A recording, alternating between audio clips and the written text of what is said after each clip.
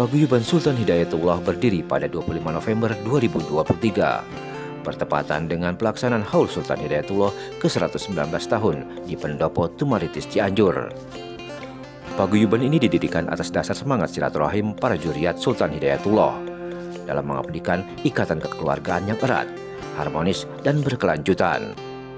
Wadah ini juga berfungsi sebagai sumber utama semua informasi dan kegiatan yang berkaitan dengan Sultan Hidayatullah, termasuk diantaranya melestarikan warisan peninggalan fisik, mengayomi juriatnya, maupun pengembangan kekerabatan kepada semua pihak.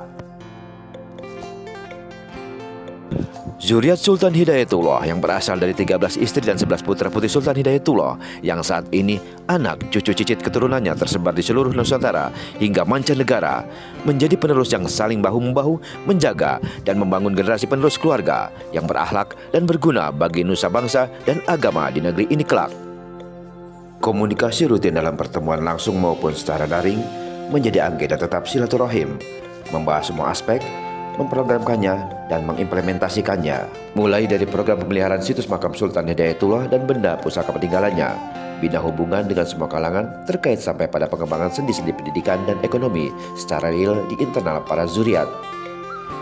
Siapa yang membutuhkan akan dibantu, baik tenaga, pemikiran, hingga materi. Semua ini telah berjalan dengan baik dan menumbuhkan rasa sayang dan hormat. Semua program yang dijalankan memiliki tujuan untuk mengoptimalkan fungsi dan arahnya. Pemeliharaan situs makam Sultan Hidayatullah telah dilakukan turun-temurun oleh para orang tua terdahulu. Kini Paguyuban menerapkan tata kelolanya melalui sistem administrasi yang lebih terarah dan tetap sesuai kaidah dan peraturan dari Dinas Cagar Budaya. Dana swadaya digotong bersama untuk menjalankan operasional, renovasi maupun permajaan agar situs ini tetap asri dan lestari. Situs ini dijaga oleh zuriat dengan tugas menjaga keamanan, kebersihan, dan juga memandu sejarah. Secara umum pembagian tugasnya dibagi menjadi 3 area, yaitu area pemakaman, area galeri, dan area musola.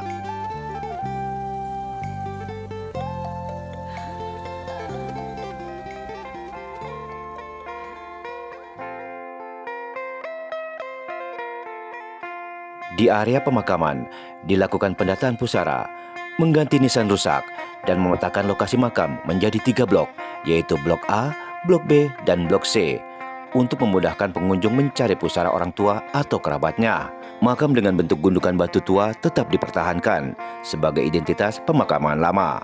Pembukaan liang baru saat ini juga dibatasi, yaitu diperuntukkan hanya bagi juriat sepuh saja, mengingat area pemakaman yang sudah penuh. Di area galeri sebagai pintu gerbang informasi sejarah Sultan Hidayatullah, ruang ini menyediakan buku-buku sejarah tentang Sultan Hidayatullah dan Kesultanan Banjar, benda replika maupun alat peraga lainnya sebagai sumber literasi dan visual yang bisa dinikmati oleh pengunjung sambil didampingi oleh pemandu. Banyak penulisan penelitian oleh kalangan pelajar dan mahasiswa mengambil rujukan langsung dari situs ini, baik dari data fisik, soft copy, hingga wawancara. Dan untuk area musola merupakan fasilitas pendukung yang tidak hanya diperuntukkan bagi pengunjung, namun juga selalu terbuka bagi warga dan pedagang sekitar maupun siapa saja yang melewati situs ini pada jam operasional. Selain itu, Musola Al-Hidayatullah juga rutin mengadakan pengajian ibu-ibu bagi warga sekitar setiap seminggu sekali pada hari Jumat siang hingga masuk waktu asar. Anak-anak usia 3-10 tahun yang diajak serta ke musola pun ikut diberikan pengetahuan dasar ilmu agama, umum, dan kreativitas yang dipandu oleh pengajar. Semua ini menjadi sebuah kehormatan bagi Paguyuban bisa memberikan kontribusi aktif berinteraksi sosial di masyarakat. Semua kegiatan Paguyuban terkait pemeliharaan situs, aktivitas juriat, maupun program kerja lainnya selalu mendapat pengawasan dan dilaporkan secara terbuka kepada seluruh juriat melalui grup WhatsApp keluarga besar. Pelaporan program dilaporkan dalam bentuk notulen dan kegiatan operasional, maupun aktivitas di komplek makam disajikan dalam bentuk infografis setiap bulannya. Mulai dari absensi petugas, jumlah kunjungan tamu, hingga sirkulasi keuangan. Sedangkan untuk informasi keluar, Paguyuban menggunakan platform media sosial Instagram sebagai salah satu pintu gerbang komunikasi kepada masyarakat luas. Semua program dilakukan berdasarkan analisa survei dan riset untuk memperbaiki dan meningkatkan kinerja Paguyuban.